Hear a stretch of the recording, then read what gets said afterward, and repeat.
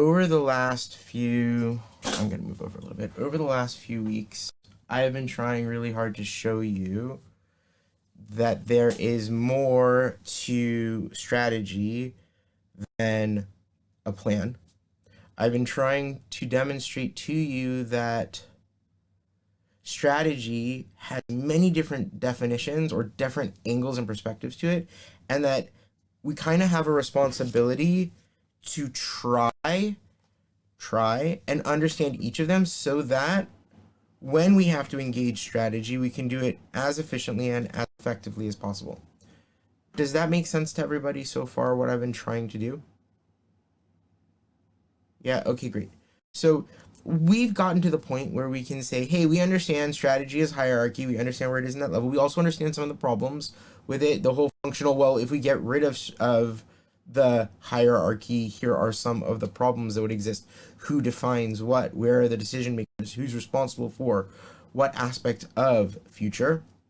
The operative end of it, the tactical, etc. So there's definitely some kind of need for hierarchy. That's something we sort of defined. And we know that there's research, for instance, by Google, where they tried to make no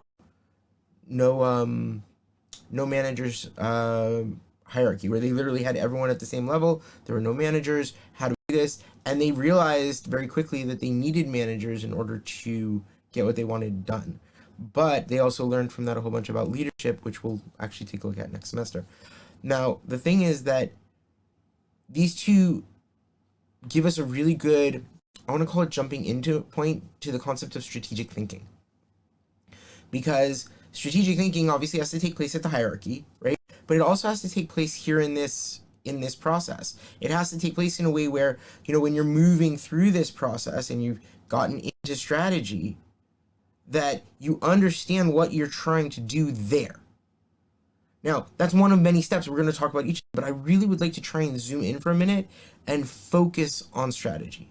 So let's see how this goes. It's going to start with some strategic thinking, okay? Where the question that we're going to ask, one of the first questions we're going to ask is, what do we know? Now, I know we went through this last week, but I want you to think about this in depth. What do you know? So I'm going to tell you right now, today we're going to talk about your projects. How much do you know about that? That was a question.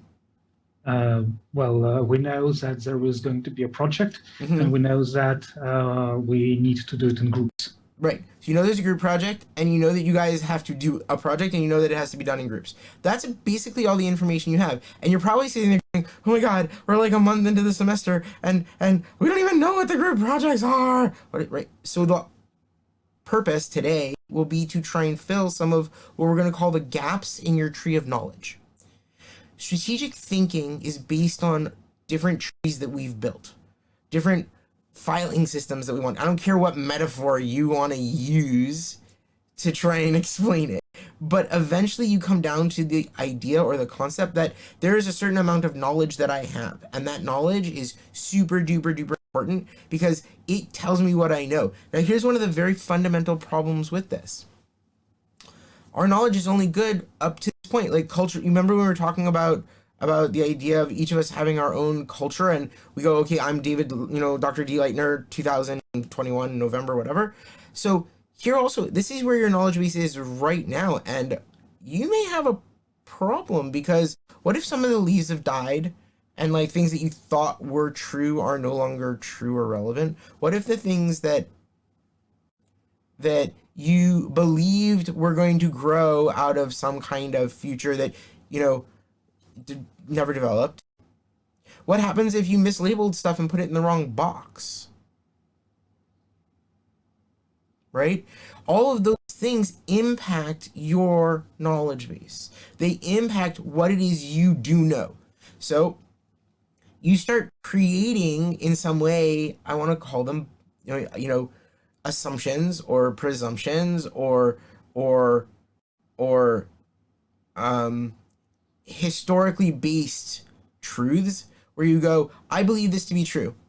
Based on information that I got at some point, I believe that this still exists. I believe that this is still possible. I believe that, right?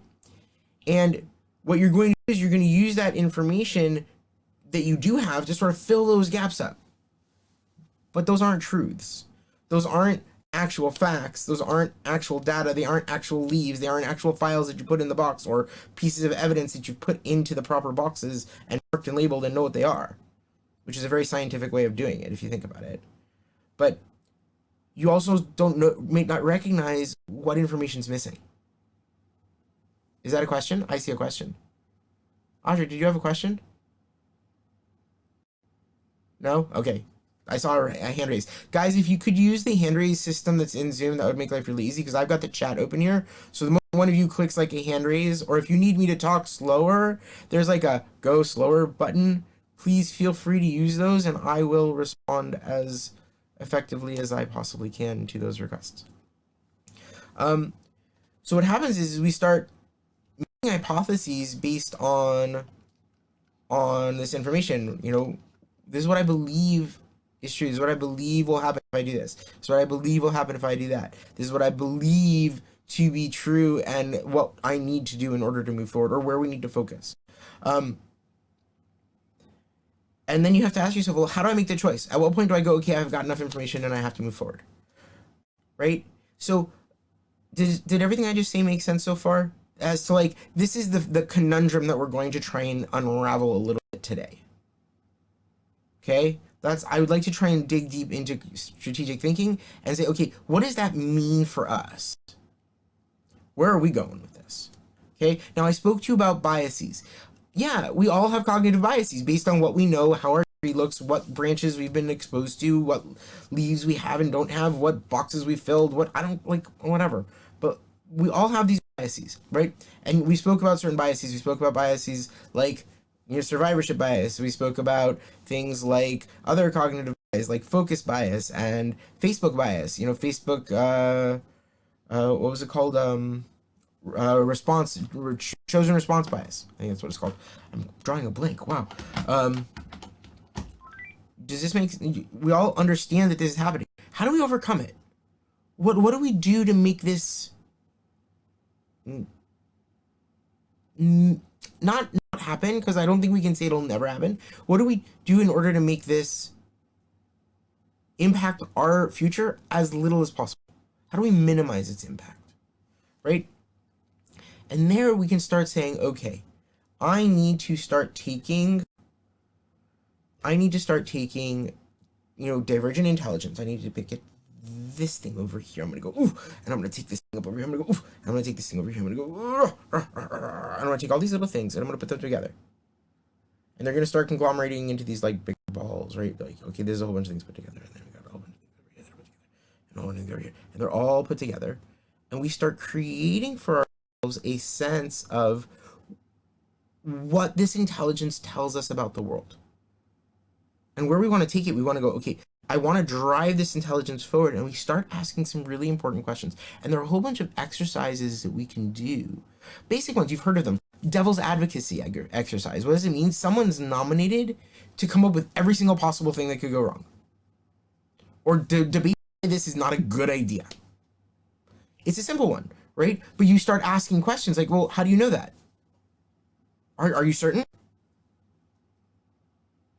Right? And you start asking questions about the person as well, like, are you certain? Because if you're sitting in a board meeting about something like this and you go, well, we're talking about millions and millions of dollars, right? Well, where's your bias in this? What are you not seeing? What do you not understand about the other person involved? What are you missing here? In terms of all of this data that you've got, all this information, right? You've got all this different information. What are you going to do with this information now? How are you understanding it? Because I might understand it differently. Now you start asking, okay, well, what are all these little balls? Well, that depends. It depends on what kind of institution we're talking about. It depends on what your purpose is in life. Where are you going? What do you want to do? Right? If it's high tech, you're going to find certain things, and if it's the army, you're going to find something else, and if it's in government, you're going to find something. But what's interesting is they all fall within a whole bunch of, I want to call them elements. They're elements of strategy. Okay? These are the things that you can sort of look at it and go, okay, within this, there's going to be a lot of little things, but each one of them has a sort of broad-based, this gives me a sense of what I have to be looking at. Okay? Whether it's resources or your values and objectives, controls, risks, all kinds of things like that. Now, one of the many ways you can look at all this data is devil's advocacy, but another way you can look at it is asking if-then questions. You can say, okay, you know what? I accept we've gone through devil's advocacy. We've hashed it through. We understand all of the different possible negatives. Okay, now what could actually go wrong? Not why is this a good idea? Is this a bad idea? Which is a philosophical question, right? If you think about it, philosophy is about taking the idea and asking, is this a good idea or not? So the devil's advocacy is very often about asking that question. Based on what we know, is this a good idea or not? That future vision that we're talking about, good idea? We sure? Are there any better options? Which is called A/B optioning or A/B programming, which where you say, well, there's option A, but there's also option B. Maybe we should focus over here, right? So you start asking these questions in order to come up with the ideal type. And these questions can get really intense. Now, one of the problems we face when we create strategy when we're going through this process, and it's part of the creative process, is we can get lost in this. I mean, think about it. How many bubbles could I put here?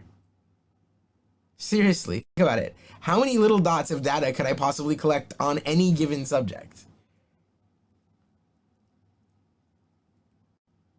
Hello? Think about it for a minute. Choose a topic. Jaeger. I mean, a lot. Right. I think that sums it up. But it's not just a lot, Jaegers. Think about it actively for a minute. At what point do you say it's too much information? How do you make that differentiation? Well, if the information that is coming up, first of all, it can be repetitive and we can cover things that you have already covered. But also, if you increase complexity indefinitely, at some point you will not be able to process it. Right. And so when you reach that point, you should probably stop. Okay, so you're saying you've come up with two limits. You said, hold on, wait a second. If we're really going to talk about all these little balls that have to come together and all the stuff that's going to push through, right, and create this ideal type, at what point? Well, one is when it's TMI. When you say, I can no longer handle the information. It's just too much data for me to be able to effectively manipulate in a way that I understand it.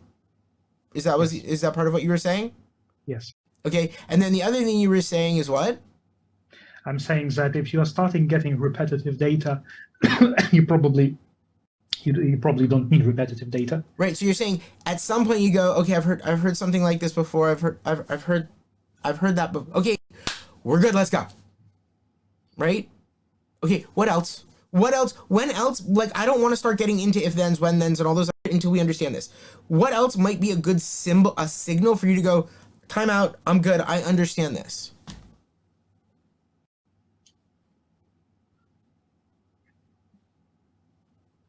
Come on, guys. Jaeger, you can put your hand down. It's okay. I'll figure out how to do that in a minute. I'm going to start calling on people. I know you don't want me to do that.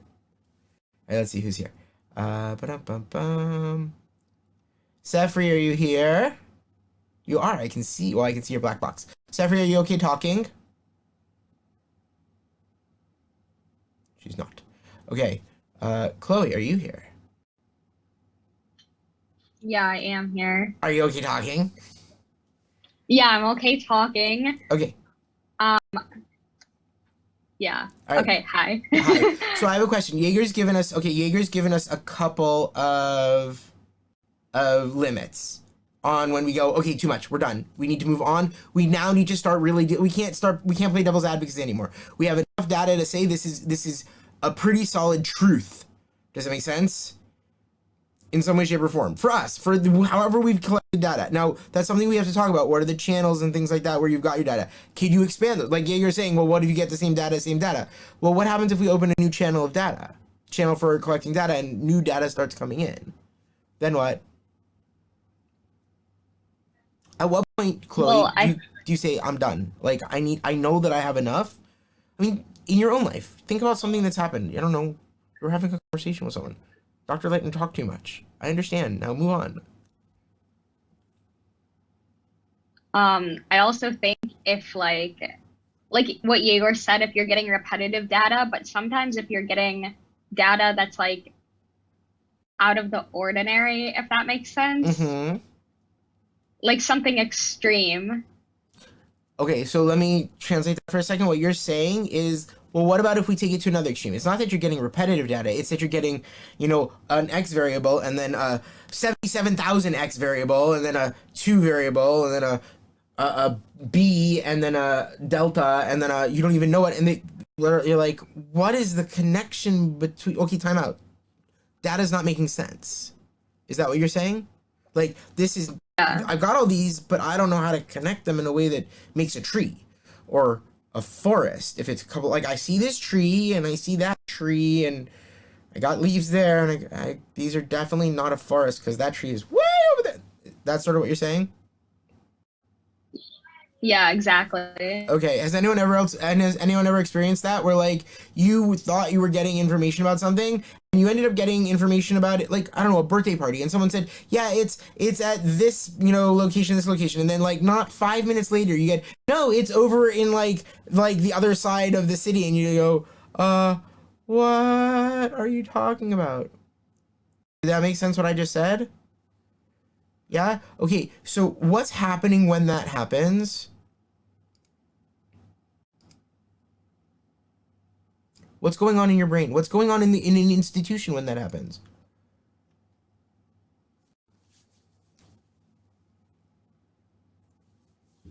It feels chaotic and disorganized. Right. And that chaos is something which you can't control or handle, right? Yeah, it's frustrating to deal with when that happens. It's like hard to get back on track. Right. It's like, wait, there's too much data and I can't control it enough in order for me to make sense of it, let alone try and explain to somebody else what I want them to do with it. Right? Because essentially, if we're talking strategy is hierarchy, right, I have to translate for somebody else, my lower people than below me, hey, this is how we go from here, like my idea and what we're getting, all this data, to a future state. Here's the things I want you to focus on. But if I can't make that translation for them, I'm having a problem. Now, if I'm in the strategic process, right, if we go back to process for a minute, what's going to happen? We're going to be stuck in that strategy stage where we go, but I don't even know how to move forward for myself or for my little group, me and my family, me and my team, me and my whatever, right? And all these little pieces of data are going to frustrate me because I'm not going to be able to connect them. What do you do at that point?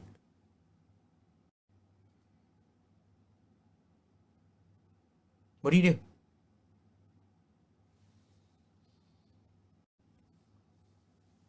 That was a question.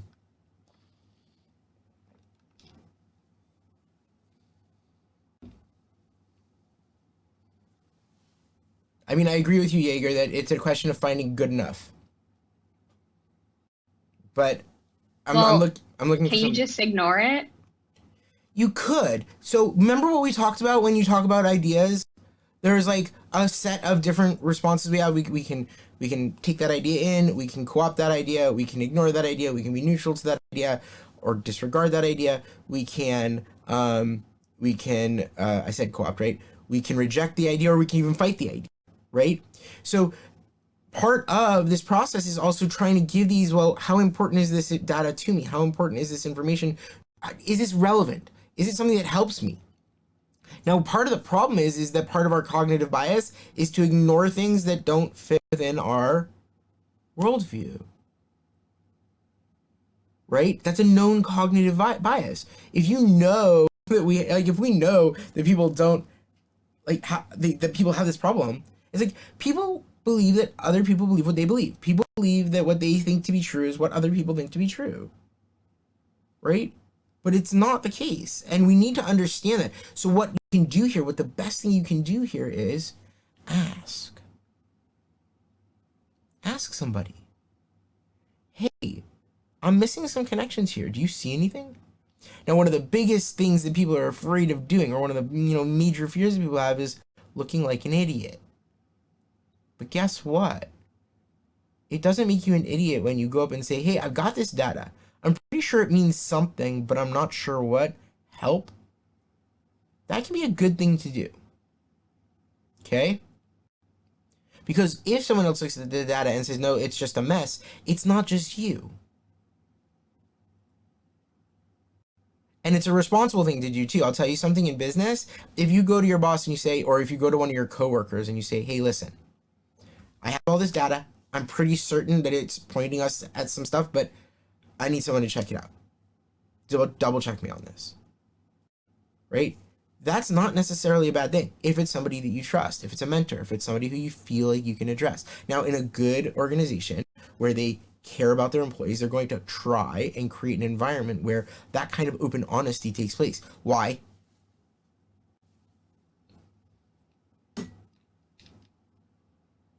Why?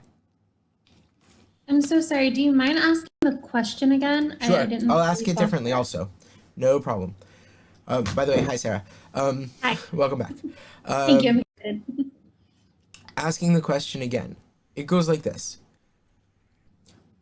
Most people feel very uncomfortable doing this, but good businesses, good organizations want people to feel comfortable. They create a culture and an environment where asking for help or saying, I'm not sure I understand this data is a natural and good thing.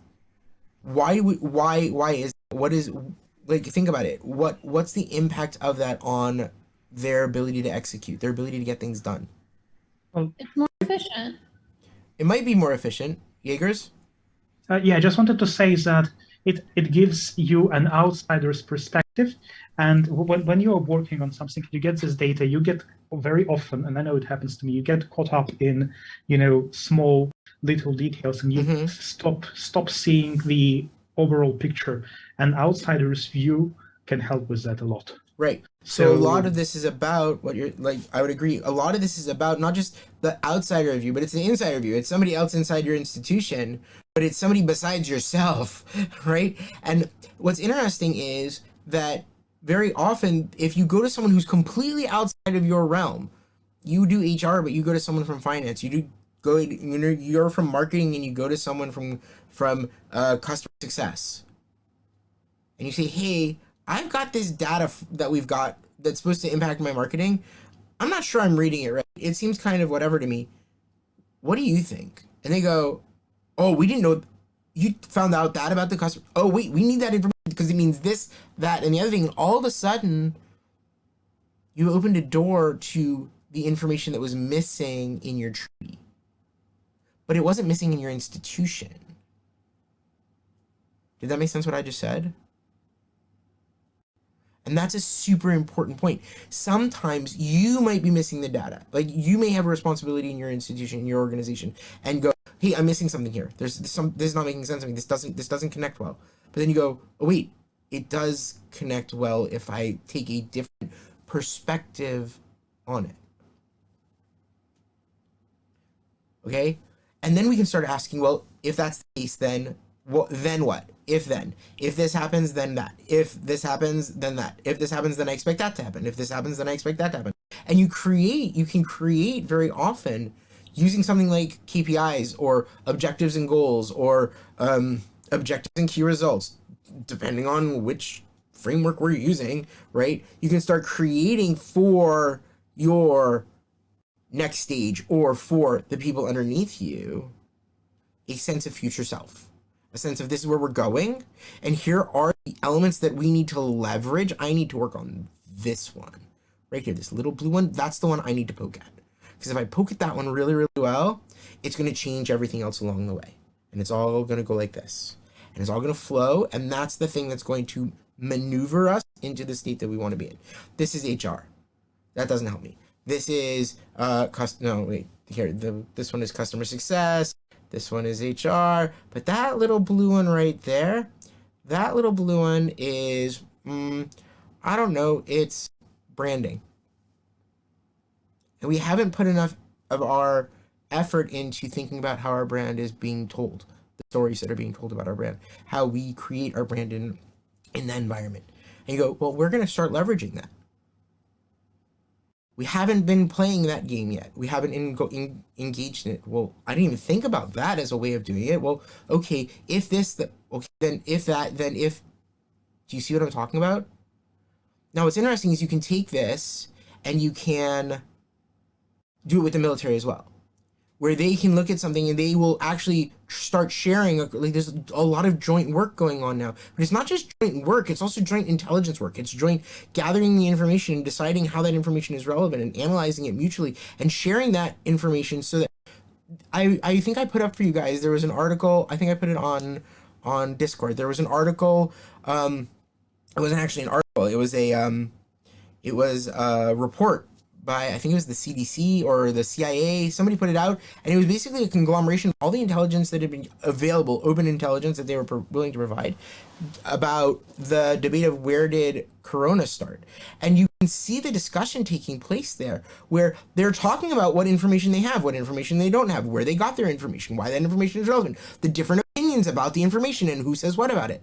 And that whole debate about, well, if this is true, then here's our hypothesis about this. And if that was true, then here's my...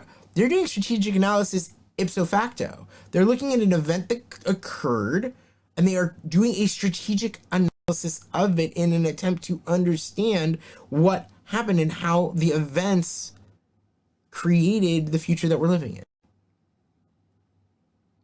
Right? So that's the challenge in some ways.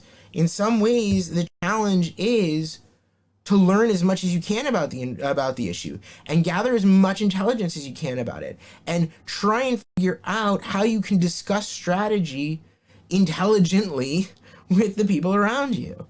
And you analyze it and you create this vision, and this vision that you create during strategy, it then starts asking questions in the strategic stage, in the strategic hierarchy at that level. You go, well, if that's my ideal type, then what other elements need to come into play? Where do I need to help the people underneath me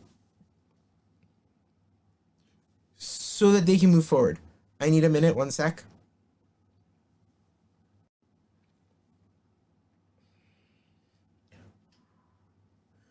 Are you okay? Yeah, I'm all right. My legs have been acting up. I'm really all right. This is going to happen again during the day.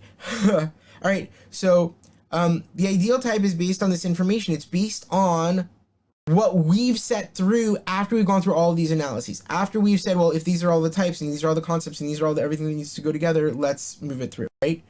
So we delineate clear expectations for the next stage. We set what's called strategic intention. And then we start asking the questions, okay, well, what resources are we willing to give to ourselves, to the underlings, for this strategic process?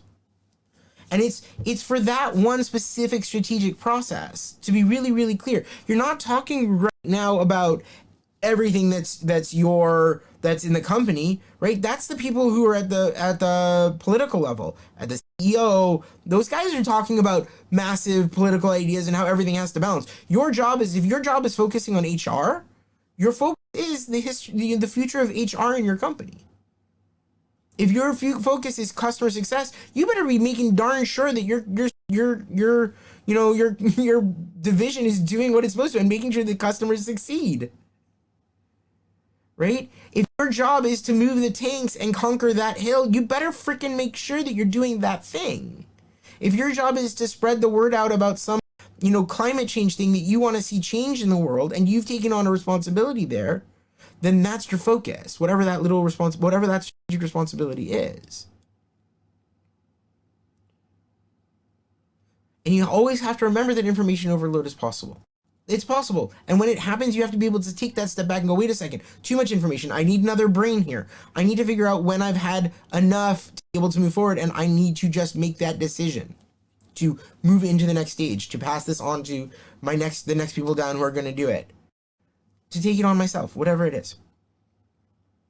Now, this is about what we're going to call creating that tree, that knowing something, that box in the boxes in boxes, and the however you want to, I don't care. You want to mind map it, you want to draw trees, I don't care. But the whole point here is that you are creating a categorized and systematic system by which you can say, I know how information connects. Now, it doesn't have to be all formally. But you know what? Sometimes being formal about it, even in informal settings, helps. You're planning somebody's birthday party. The more you formalize who's in charge of what and who has responsibility for what, and categorized all the things that need to get done and said, okay, this is the systems that we're going to use in order to, we're going to use WhatsApp as the only place we're going to communicate. We're not going to have phone calls and WhatsApps in this. WhatsApp is the only place, everything should get done on WhatsApp so we have a record and everyone knows what's going on. Do you understand what I'm saying? There's so many things you put in general systems. And what you do is you take all of this and you put it all together. And you get to say you know something.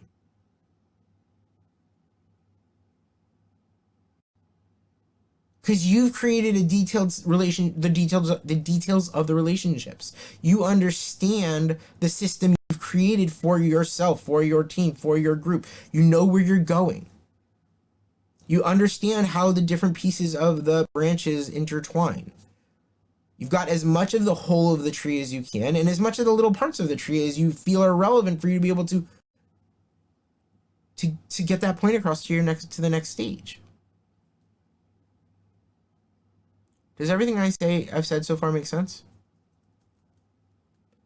Does anyone want to debate anything I've said so far, argue it, question it, have questions about it, anything? Nobody? Okay then.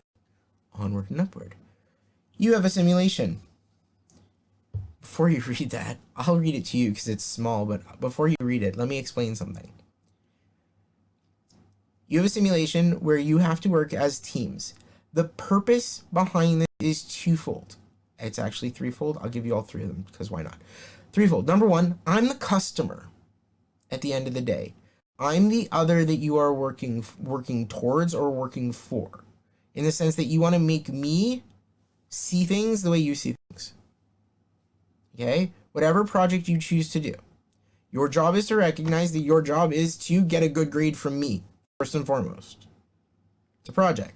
But you also have another job. Your other job is to demonstrate and engage in leadership and strategy in order to make this project real. And I want to watch that process happen, and I'm going to help you with that process. And it's a learning process. So your second job is to learn strategic process by doing it, by feeling it and engaging it and knowing where you're going from here onward.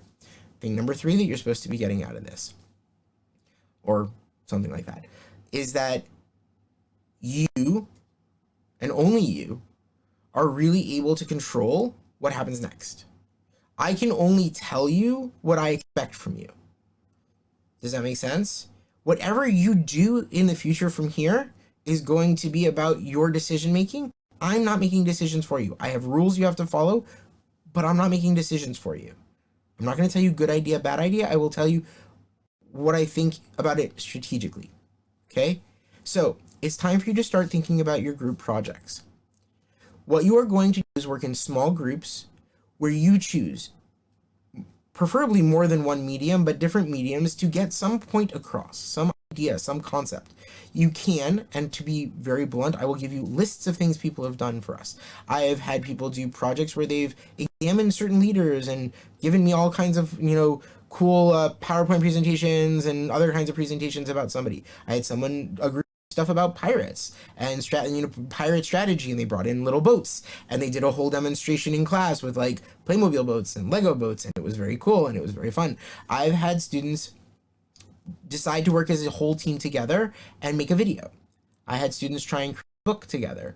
I've had several students, I think 2 years ago, they decided that they were going to make a company that would create a marketplace for people to find cleaning people in the Tel Aviv area, because they were having a really hard time finding people in Givat Shmuel and in Tel Aviv who can come in and do cleaning and stuff like that. So they created what was essentially the beginnings of a possible business.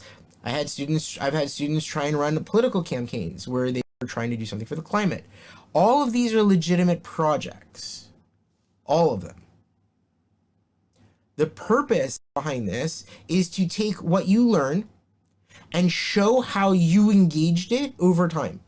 It's not just enough to show me the end product. I don't just want to see what you did. I don't want to see the PowerPoint of, here's all the research we found. No. Or here's all the here's the the final deck of our proposal for our business. I want to see process. I want you to show it to me somehow. You can do it using videos. You can use it doing pictures. You can use it doing PowerPoint slides. You can use it doing. You can write journals and poetry. I don't care how you give me that data and that information, but it's your job to somehow create something for me that I go, wow, this person really understood an engaged strategy. Here's how it was engaged, and here's what they did with it. How heavy was that idea? Professor, to be honest, I did not understand very well what I need to do. What? Or to be honest, I did not understand very well what we need to do because it said like pirates and like cleaning people. I didn't understand very well. Okay, very good. All right, good. What did you just do? I questioned you Why? because I did not understand. Well, but why? What's important here? Not enough information. Right, why? Why is that important to you? Come on. I'm making you think. I know, it's hard. It is Because important. we want to get the best You want to get what?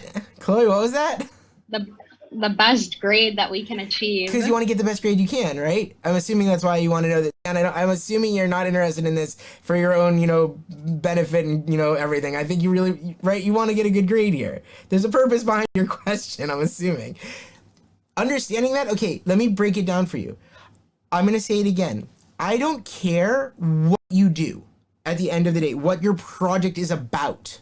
Whether it's, I want to create a political campaign about something that's important to me, or I want to create a product, or I want to analyze or learn about something historical. I don't care which one of those you use as your motivation for project, as the thing that you are focusing on. What I care about are two things. One, that you somehow document process and show me process. Show me how you engaged strategy across time and space. The strategic stage, the operative stage, the tactical stage, how technical tacticals got involved. And show me something of what came of that thing.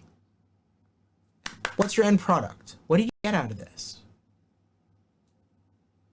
Okay?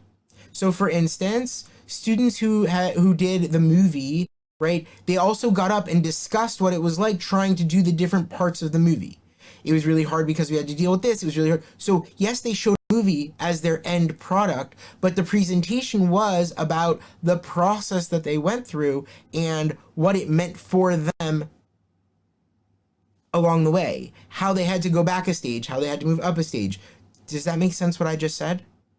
Yeah, so it's like, for example, if I'm creating a course for Olim for writing in Hebrew, for example, and I show like it's not necessarily to the course itself I'm talking about, like the strategy I used to perceive, for example, the Olim from different part of the world, like that. Right. Maybe. So for instance, like let's say you want to do something for, I don't remember what you just said in terms of the name of the organization, I'm sorry, but you say, okay, I want to create this course for something. Okay, so okay, you will take me through in some way, shape, or form through that process as part of your project.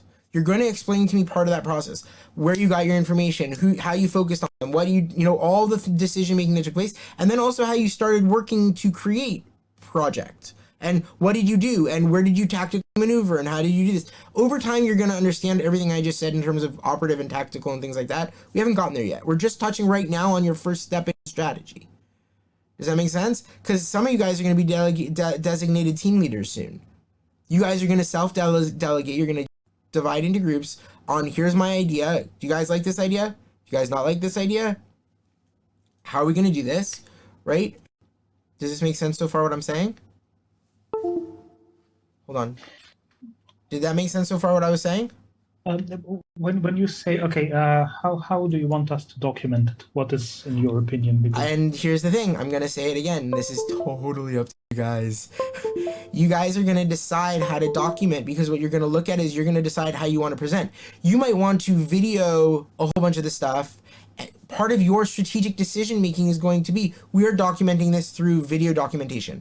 We are going to, and what part of our presentation will be to show a short clip that is, you know, this part, and then we're going to talk about that, and then we're going to show the end product. I can't delineate this for you. I know it's frustrating as all bejeebers, but we are going to work our way through this. What I want you guys to start thinking about, though, is really focusing on first out is what interests you. What can you guys get together on as something that either a pain point that you see in the world, or something that you're really interested in and that you'd like to discover more about, or something that you feel is not getting enough attention and should get more attention. I'm terribly sorry for interrupting, but I don't think I explained what my question was Okay. enough. I mean, what level of detail do you want from us in terms of our documentation of the process? Oh, I don't need moment by moment, day by day meeting notes and things like that necessarily.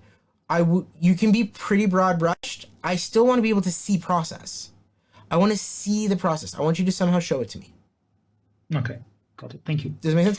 How much detail you get into may be different based on how you choose to document. It may be different based on how you choose to present that documentation. Like there may be points where you do want to get more detailed, but that's up to you because you feel like there's a need to stress on a point like, hey, it was so frustrating when Dr. Leitner started the project and he wasn't giving us enough information. Okay, and just to clarify, the groups are up to 5 people, right? Yeah, no less than 3 people, up to 5 people. Unless you guys, I mean, there's 15 people in the class, although I've only had 7 or 8 of you showing up last couple of times we've met. So show up, people. But yeah, no less than 3 and 5. Hey, we are the ones who showed up. No, you showed up here, which is wonderful. Thank you all for showing up. I appreciate it.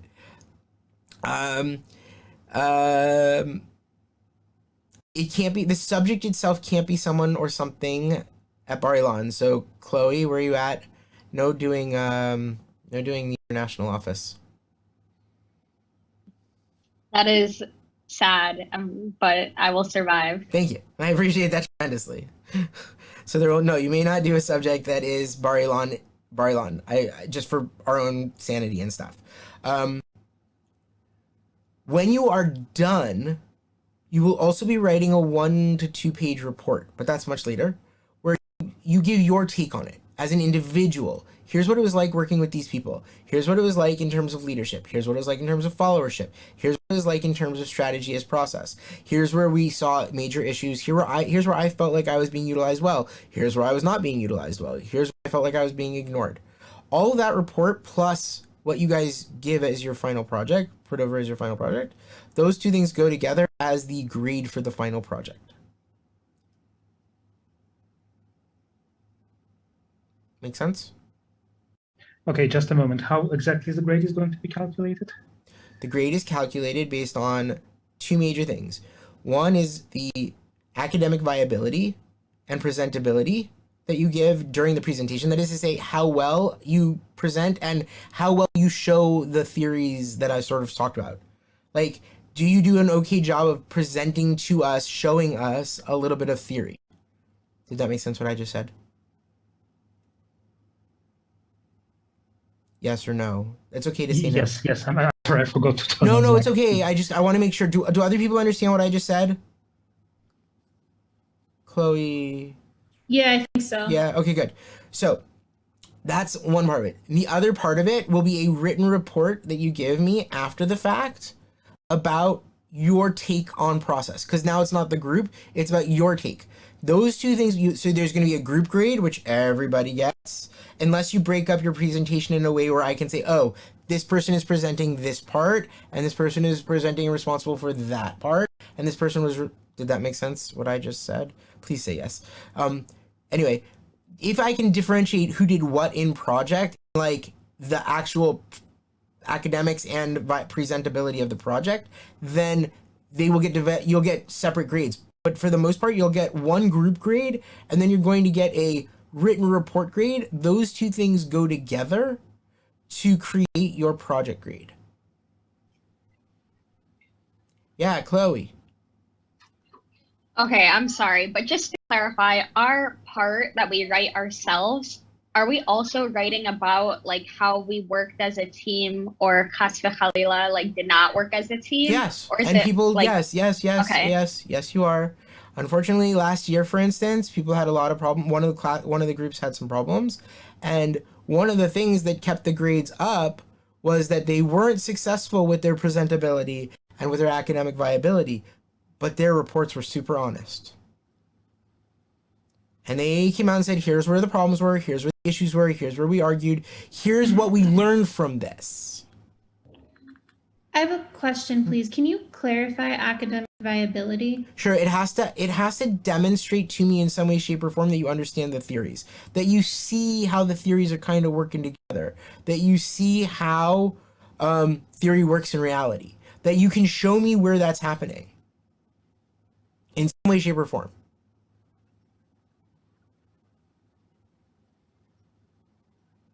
Feels heavy, right?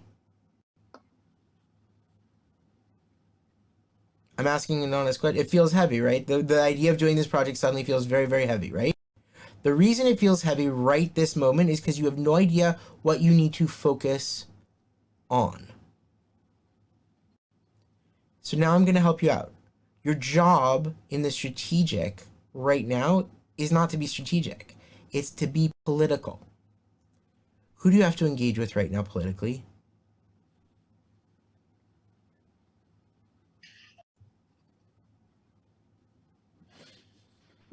Like the class as a whole, particularly like whoever we want to work with, figuring out whether we want to do something all together, like individual. Yeah, exactly. Groups. You are at the political stage in a creative process. I've barely given you inspiration in that stage. Your job is to now figure out what your groups are going to look like. Who is involved? Who wants to sign up to your idea? What ideas are going to be the predominant ones that come together to create your groups? What interests you? What can you guys can get together about? Did that make sense? Do you see it? Can you see it? I imagine that we'll have questions as we go. No, yes, 100%. That's the whole point. The whole point here is to learn. To be very clear to you all, the whole point here is to learn, right? It's to learn and feel this process on our, like, feel it ourselves, so that as we move forward, you guys will understand and be able to go, I know what this feels like. This feels like when Dr. Leitner did this to us. This feels like when Dr. Leitner did that to us. Ha ha, I get it. I know what to do here, or at least I have a clue. So what's the first thing you got to do for each other? Well, for starters, we might want to create a group. No, because you have a group. Where's your group?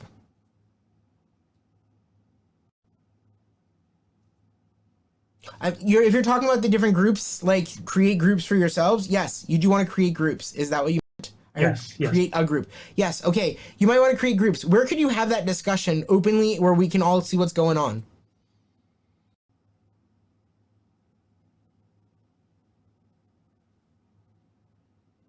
Besides in my classroom. Discord? Yeah. I have given you a mechanism for doing that. On Discord, you guys can openly, you have general discussion area. In that general discussion area, you should start bouncing off ideas. Hey, I'm thinking something like this. I'm thinking something like that. Hey, Dr. D, what about this as an idea for a project? We've got a couple of guys together, ladies together, a couple of guys and ladies together who are interested in this thing. Yes, you have a Discord. It's okay. Don't worry. It's in the syllabus. Can I ask a question? Mm-hmm. Do you want us to create the groups first, or like pitch ideas first and then have people join the groups? I have a question. What would you prefer? Would you prefer to just join a group and then have to fight with each other to figure out whether you can get to a mutual idea? Or would you like to maybe pitch some ideas and say, you know what, we can get together on that idea? The latter. Okay. Why? Well, there's less points of contention, I would say, because you're joining somewhere that you feel like you want to be a part of because you agree with the idea, as opposed to meeting with people who you think you might have something in common with and then can't agree on anything. Right. Why else? There's actually another reason why. Think about the strategic process, guys. If we're at politics, what have we been talking about? What's the core of a power process? What's the core of power? Ideas. The idea. And if you have a larger group, you'll presumably have more ideas. Right. So the greater the group you start out with, the more ideas you're likely to come across and therefore be exposed to and be able to conglomerate around and say, you know what, we're going to pick from this idea and this idea, we're going to put them together and it's going to make this. Right? But if you're in your small little group, what happens? You only get your ideas from your group. Did that make sense? It does make sense. However, there are also arguments in favor of the formal approaches. Of course, because the other approach limits ideas. It says, we know that it might be because you have a good relationship with some of the people. You go, I know the people that I get along well with. These are the people who I probably work best with. So or these are the people that I trust the most, which is something we're going to talk about really in depth when we get into leadership next semester. The role of trust in team building and how essential it is in order to be able to have hard conversations and stuff like that, right? But think about this for a minute. If you go just based on the idea, you might get people together who have the same idea but don't work well together. If you go based on the concept of, well, we can work well together, but we don't have a clue what we're going to do, you got power and potential, but nothing moving. What's the ideal? See if you can match the two together. Here are some people who are going towards an idea that I'm okay with. Sounds good to me. I can work well with these people. This is my group. It's never going to be a perfect fit. It's very rarely going to be a 100% fit. Do you see it? You have to decide what's going to be more important to you. The idea or the team. But the teams themselves shouldn't be formed first. We're going to be a team, and that's it. How about you start randomly putting up ideas and see if some of those ideas bring people together who have an ability to work together. And you need to be open and honest with each other. If you say to someone, I don't think we would work well together, that's okay. But I would demand, and I'm going to make this a very, very strict demand, nobody gets left out. Everyone has to be part of a team. If I have to, I will engage my authority to make that happen. But I don't want to. Okay. Does everything yeah, Chloe, go ahead. Hi. And then the due date is at the end of this June. semester or end of next semester? June. We're talking June. It's a yeah. We got to go through a lot of, think about this. If we were a startup right now, okay? Hi, we're a startup and I'm a bazillionaire. Congratulations. Resources are not the issue for the moment. Okay? But I want you as my team of brilliant experts to come up with good ideas that will help us move into the future. What's that future going to look like? Go! I'm not a bazillionaire. We're going to have to scrounge for resources in a minute. But anyway, did that make sense what I just said?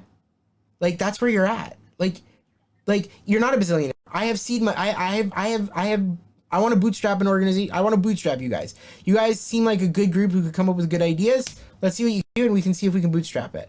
You know what bootstrapping means? We're paying out of our own pocket until we get to the point where we can get someone to fund us. And then we choose if we want someone to fund us. How much leverage do you have if you've bootstrapped your own startup? Much more leverage. Because you're not reliant on people who've paid into your system. You're in control. Yeah. Okay, I apologize for so many questions. No, but I don't okay. accept the apology because you don't have to apologize. Stop it. Okay, so our final project is due in June, and then our seminar papers are due in October. That's correct. Is that good? Yeah? Cool. Along the way, you've got all these little missions and stuff that you've been doing online and things like that. Which, I have a half hour. Perfect! Ha! This went really well. Okay, yeah. I have one more question. Go ahead. I just for the the sake of is this going to be written somewhere or no? The simulation preparation is a slide that will be available to you, and it will be Okay. available to you on Moodle, so it's Okay. there. But more importantly, it's in the syllabus. Okay. I No, mean, just that it's everything I written just somewhere. said in focused form is in the syllabus. The syllabus basically says you're going to choose something. You're going to have to choose one or more mediums in order to demonstrate and utilize strategy and leadership. That means show me what you did, right? Demonstrate it, demonstrate strategy, demonstrate leadership, utilize it, show it, right? And in this day and age, the written word is hardly the only medium for expression. So choose something besides just writing stuff down. You can do writing and talking, writing and videos and da-da-da. I don't care. You can do poetry. I don't know. There's a lot of pictures. Like, there's so many different ways to get messages across and concepts across and ideas across or struggles across. Like, come up with something. It'll be awesome. It surprised me, please. I'm looking forward to be surprised. Does that make sense? Sweet. So yeah, all this is written in the syllabus. And if it's not exactly written in this way, that's because this is always a process of give and take between me and you. Like, we have to work our way through this. You guys have to figure out what projects and how they're going to look and how are you going to present them. Part of the process. Good? Michal, are we good? Yeah, we're good. Yeah? Like, really good? Because you sitting there going, Yeah, oh my sorry. god, No, I I have a hate him newborn. so much. No, I'm sorry. I have a newborn at home. That's why I haven't been in class in person, and my brain's like, that's why I wanted to make Well, sure. first of all, Mazal Tov, that's amazing. Wonderful news. And totally legitimate to have your brain be fried having a child. That's why I wanted to make sure that when I Okay. go and do other things later, We that are I totally can come good. back. No problem. Okay. Thank you. No problem. All right, onward and upward. Here we go. You will do something now as a group. Congratulations. You are stuck in a tower high enough that it's not safe to jump. There's an egg in this tower. This egg was born of a bird that had coronavirus, and the egg is known to have a vaccine which will last in perpetuity forever and ever after you get, a little dab of it on your nose. You'll never have to take a shot again. Neither will your children. It's perfectly healthy. There's nothing wrong with it. You have to get the egg down.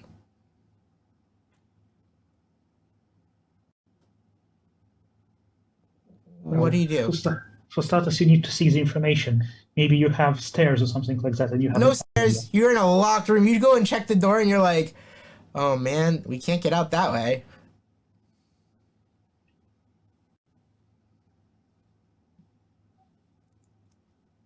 What do you think about it? What have I just thrown you into? What stage? What are you starting to do?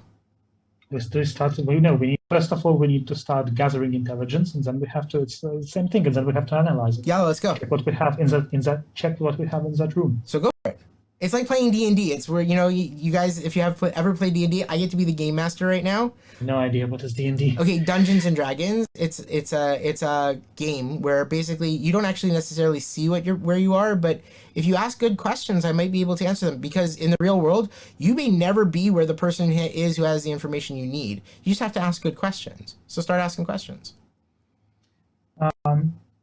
What is in that room? Okay, you're in an apartment. Inside that apartment is normal stuff that you would find in everyday apartment. There's no rope long enough. You've searched entirely, and you find absolutely no rope that will get you down to that. Okay. Like, you look out the window, and there is a window that you can look out of, and you go, "This is not gonna work." Okay, how high is the tower approximately? 30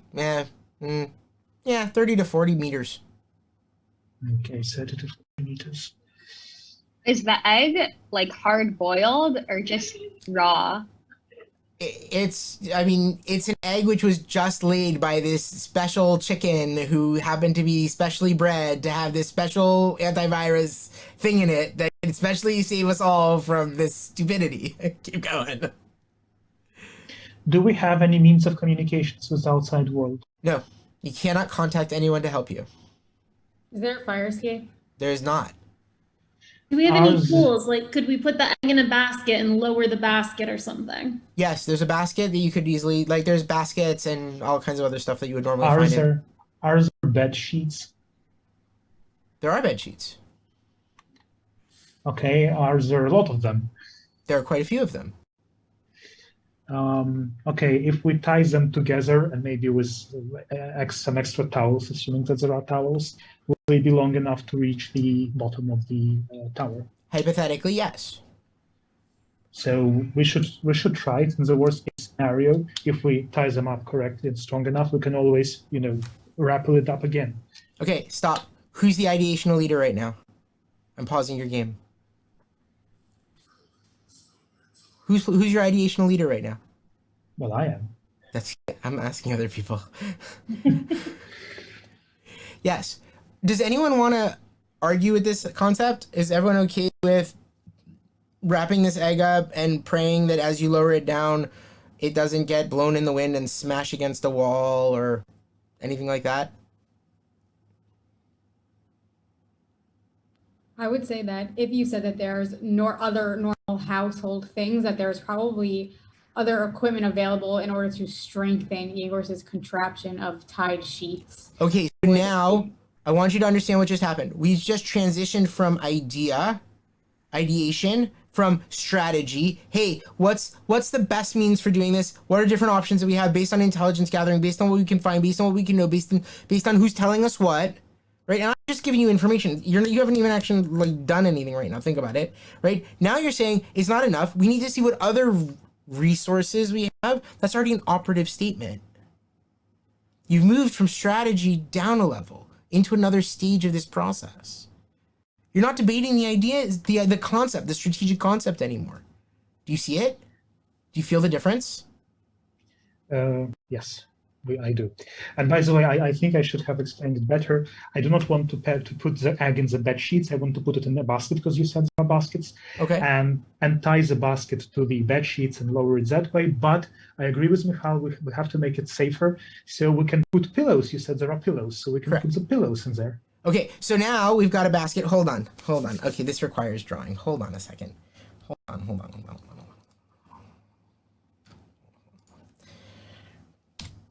Let me get this straight. Okay. You guys are in a tower. Way up here. And you are going to, and there is no milpeset. There's not like, you're not like, okay, so the window is here, and you are going to take sheets, and you're going to tie them here, and here, and here, and you are going to take a basket. Now let's take this basket, and let's understand the basket. Hello, basket. That's your basket. What do you want to do with this basket? I would sooner put the egg in a container, no? In the basket rather than pillows. That seems safer to me. It might be. I thought basket because basket has a handle. It's easier to No. tie to it. You suggested that within the basket you put pillows for protection for the egg. If you're in a house, you have a container. Oh yes, that's a good idea. Like I'm sure there's something more than just putting the egg just flat on top of a pillow. Oh, so you don't want me to just put a little egg right here and then put a pillow on top? We can do both of these things. We can put the eggs in the basket, and then we can put pillows both the bottom and then the top and of the sides to make sure that it doesn't smash. Anyone want to try this? Is everyone okay with doing this?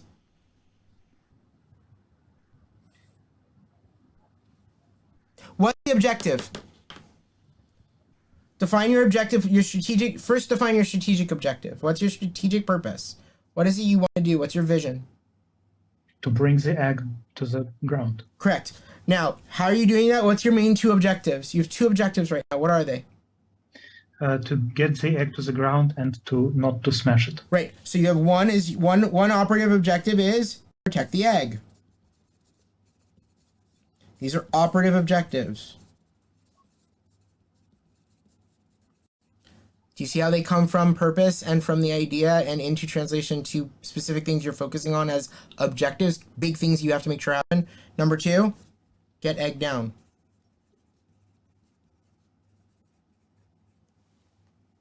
You've taken strategy and said, hey, if these are my purpose is to save the world, and in order to do that, I have to get this egg down. That's my purpose. Well, how would I do that? I would do like this, I would do like that. Well, what's my major objectives here?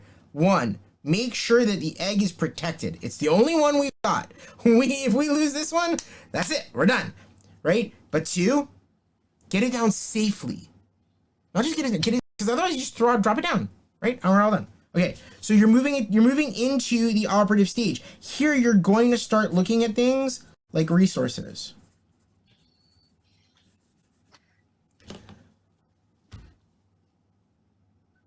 Here's a question: why aren't you trying to, I don't know, tie someone up with the thing and have them hold it as they go down?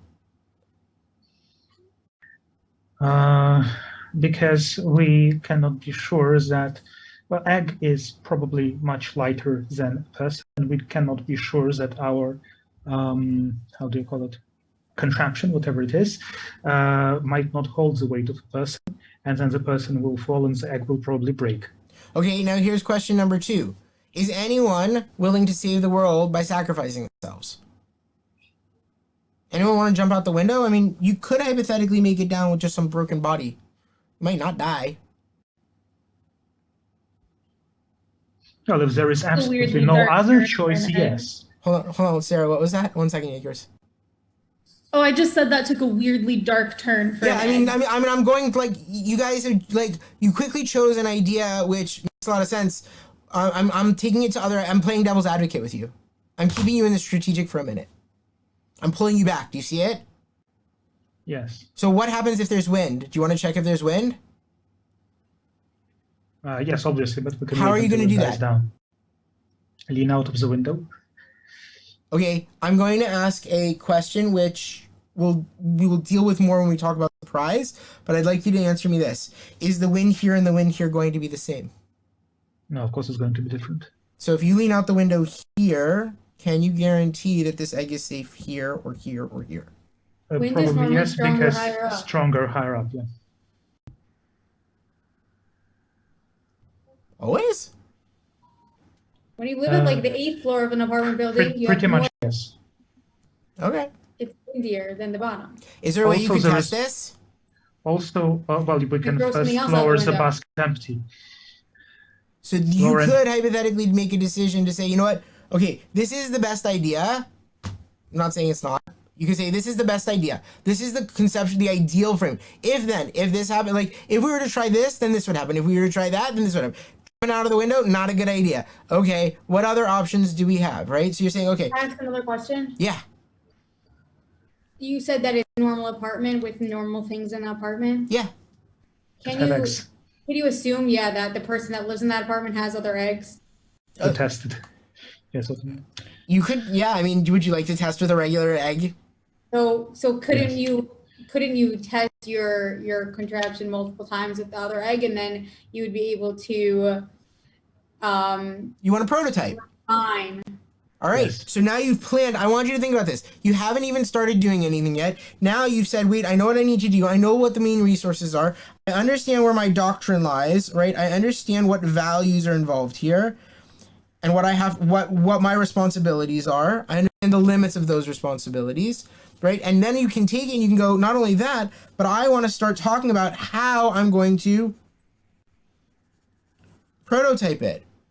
When I get into the tactical, here are some of the maneuvers I'm going to do. I'm going to take some regular eggs, which are a resource. And why am I doing that? Because of a value statement that I've said, that egg's super important. I'm not going to test with it the first time. That would be silly. But you haven't done anything yet. What are we doing still? Strategizing.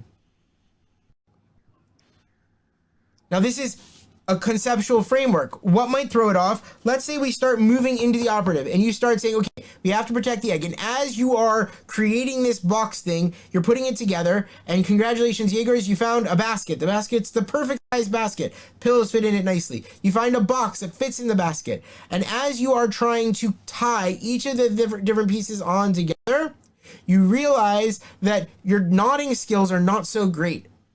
What do you want to start doing then? You realize that you're tying it and then you pulling? I thought I made a suggestion. What was your suggestion?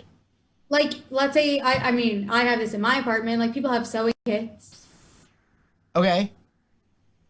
So like in theory, or like duct tape, maybe tape and sheets is not the best idea, but like you could in theory sew the Okay. sheets together. Great.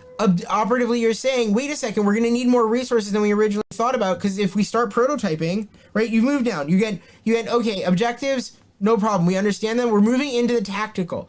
I'm going to try and start maneuvering things. Jaeger brings the stuff and he starts playing with that. Someone starts tying and goes, wait a second, these are like silk sheets, and as I pull them to knot them, they're not knotting, and you're going, wait a second, maybe we can go and look for more resources. Okay, that's a step back from the tactical into the operative to look for more resources to allow yourself to do those. It's not a specific goal. What's the specific goal you would set here for this part? You would say the goal is to not have it slip. And now you're going to try and find anything you can do to make sure that the knot stays. Well, you might also have to change, like, let's say you realize that you can't get the sheets to work, you might have to choose another material. Right, so you go, okay, wait, the sheets are not working. Jaeger, the sheets have failed. You've tried, you cut them, and as you were ripping them, you realize that these sheets, no matter how hard you try, they are so billowy and whatever, that even the littlest wind, and you know that there's a little bit of wind, will make the whole thing go, whoom, and swing back and forth in a way which just doesn't feel very safe. So what are you going to do now? Where are you going back to?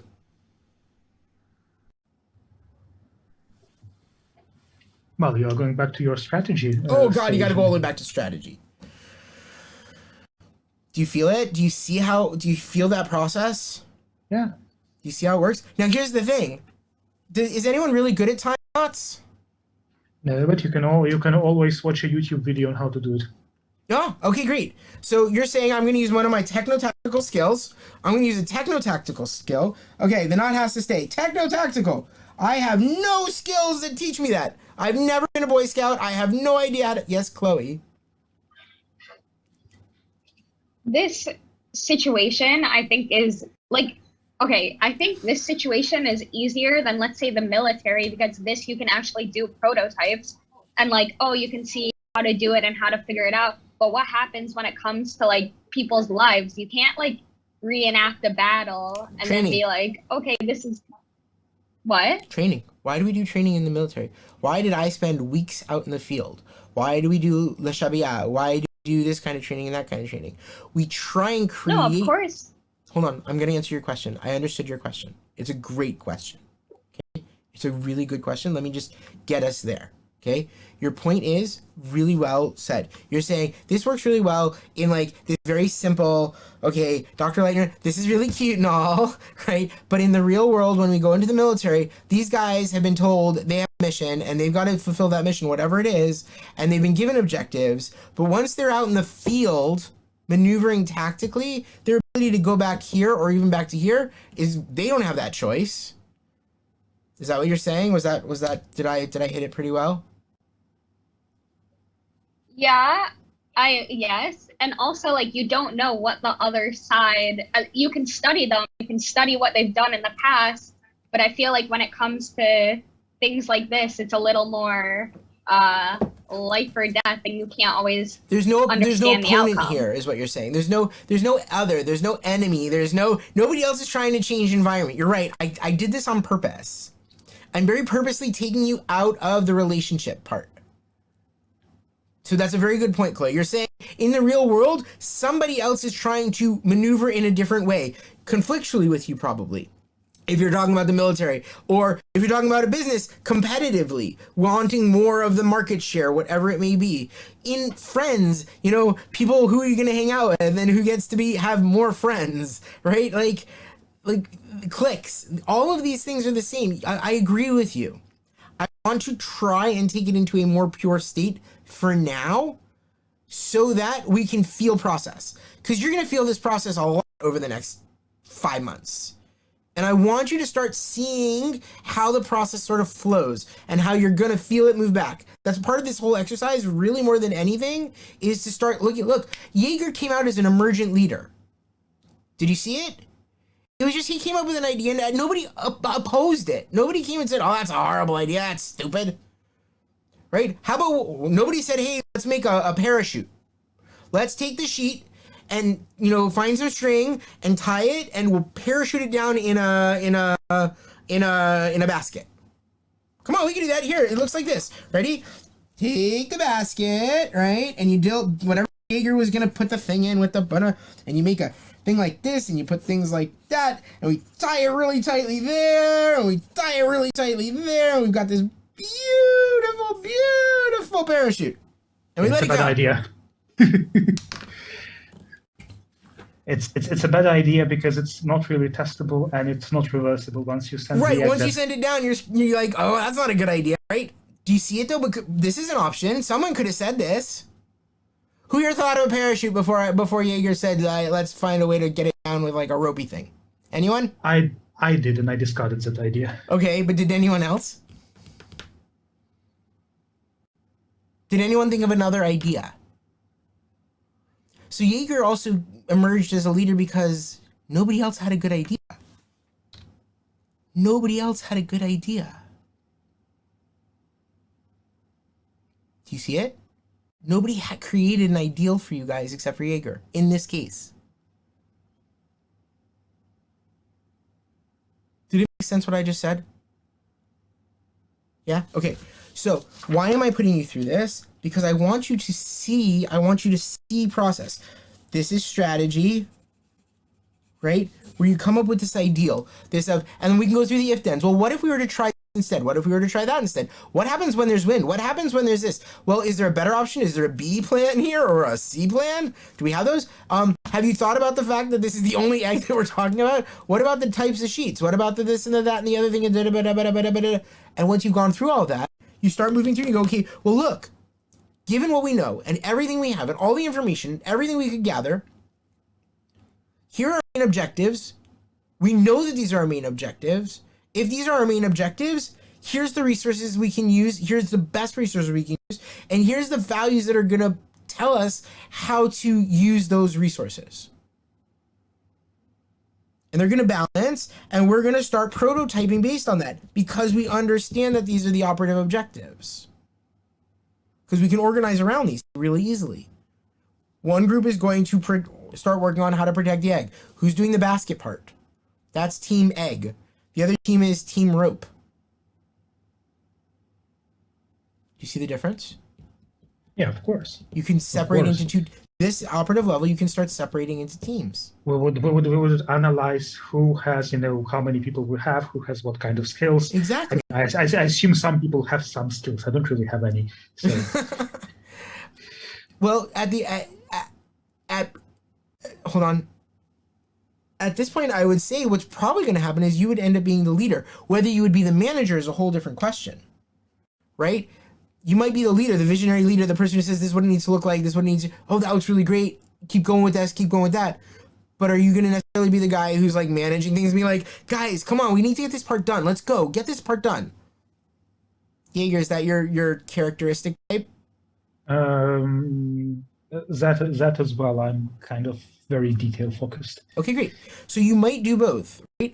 But you might also be like, okay, guys, let's go. But Chloe might have to step up and be the manager and be like, okay, you're done doing that. Can you please go do this other thing because it needs to get done, and nobody else is doing it, right? That might happen. Sometimes you got both. We'll talk about the difference between leaders and managers also later on. But the point is that you're gonna feel this in process. You're gonna feel yourself moving through this and going down and moving into operative where you go, well, what are resources? Well, based on these resources, here's my objectives. I can set the objective, get it down, protect the egg, and I can set objective, get it down. There's two different things. Because you could just have, if you had checked resources and you didn't have sheets, but you had lots of pillows, right? So you might be able to strengthen your work on objective, protect the egg, but your ability to control this part would be minimized. You wouldn't necessarily get to prototype this. Right? No sheets, what happens? Well, if there are no sheets but lots of pillows, then we can, for example, dump the pillows on the ground and then Right. start So you're throwing. you're But starting we to would either still, I would still prototype it. I would throw maybe 1 or 2 regular eggs. I would not throw a lot of them, because then if you throw this egg and it knocks on the other eggs that are already there, it could be damaged that way. But I would type it with 1 or 2 eggs. okay. But do you see how I'm talking about? Does it make sense? Very You much. see, you seeing it? Okay, good. So what happens is, what you should expect to have happen as you move through this process is for you to see these stages. I want you to see these stages. I want you to understand how these stages work together.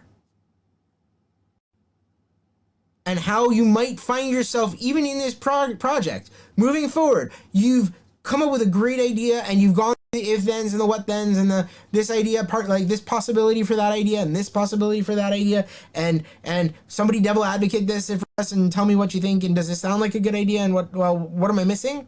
Then you get through it and you go into operative and you start looking at, well, what resources do we have? And you go, oh, smudgicles. We simply don't have the ability, considering Dr. Leitner is not a gazillionaire and he cannot provide us, infinite resources.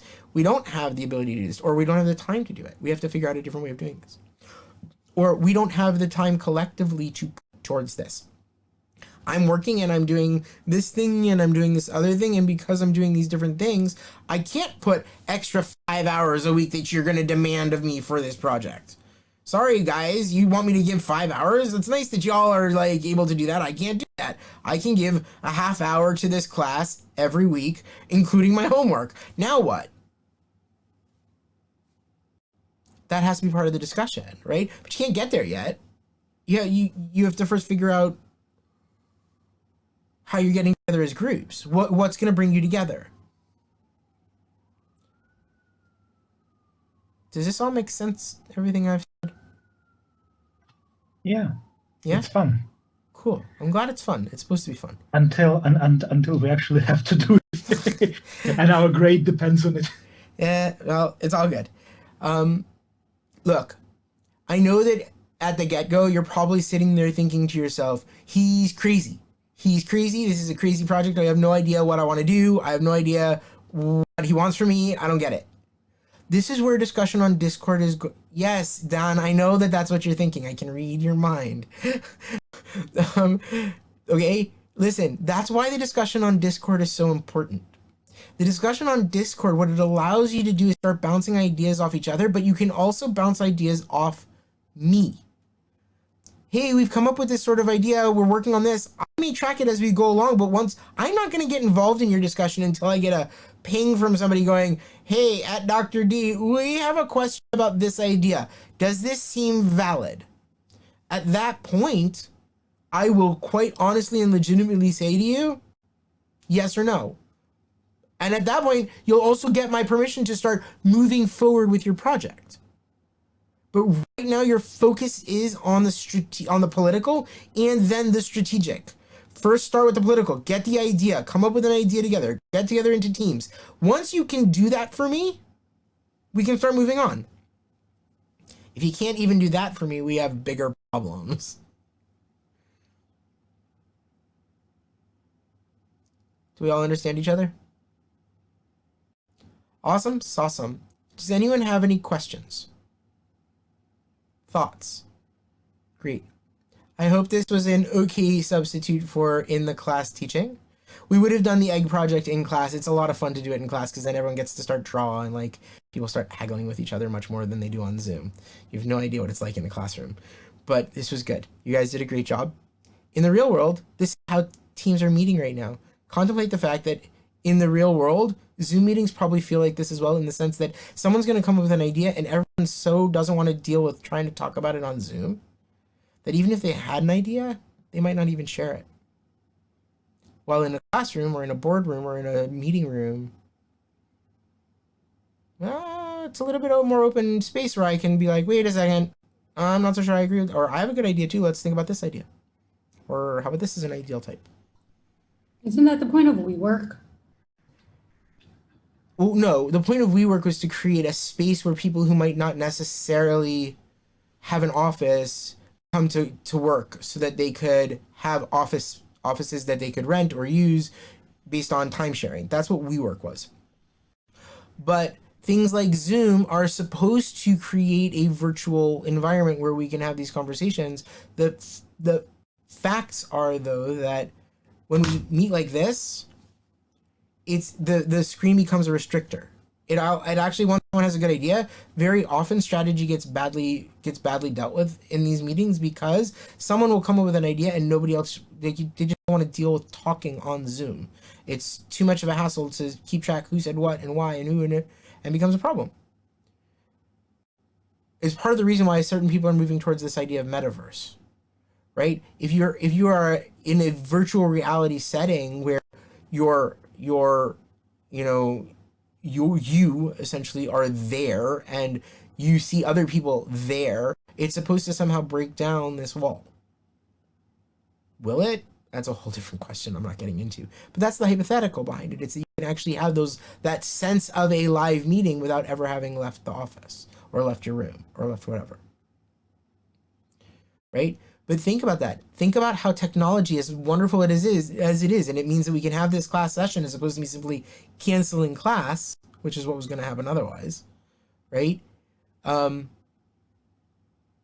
It also has a detriment to it in that it sometimes is a restrictor on shared ideas because people don't want to share here.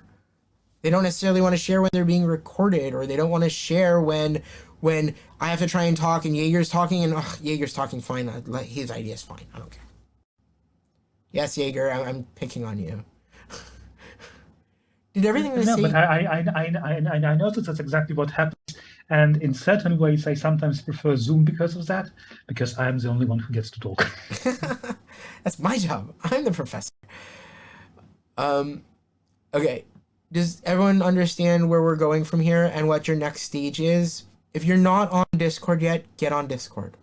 If you don't know how to get on Discord, go on to Moodle, go on to the syllabus. Read the syllabus. The syllabus tells you exactly what to do to get onto Discord and to get onto the Discord section, which is for your class. Tells you exactly how to do it. Okay? Thank you all very much for your patience and your consideration. I appreciate you meeting me on Zoom. I look forward to seeing you in person next week. I hope. Any questions? Thank you. Thank you very much, sir. Thank Great. you. See y'all later. Thank you. Have a good day.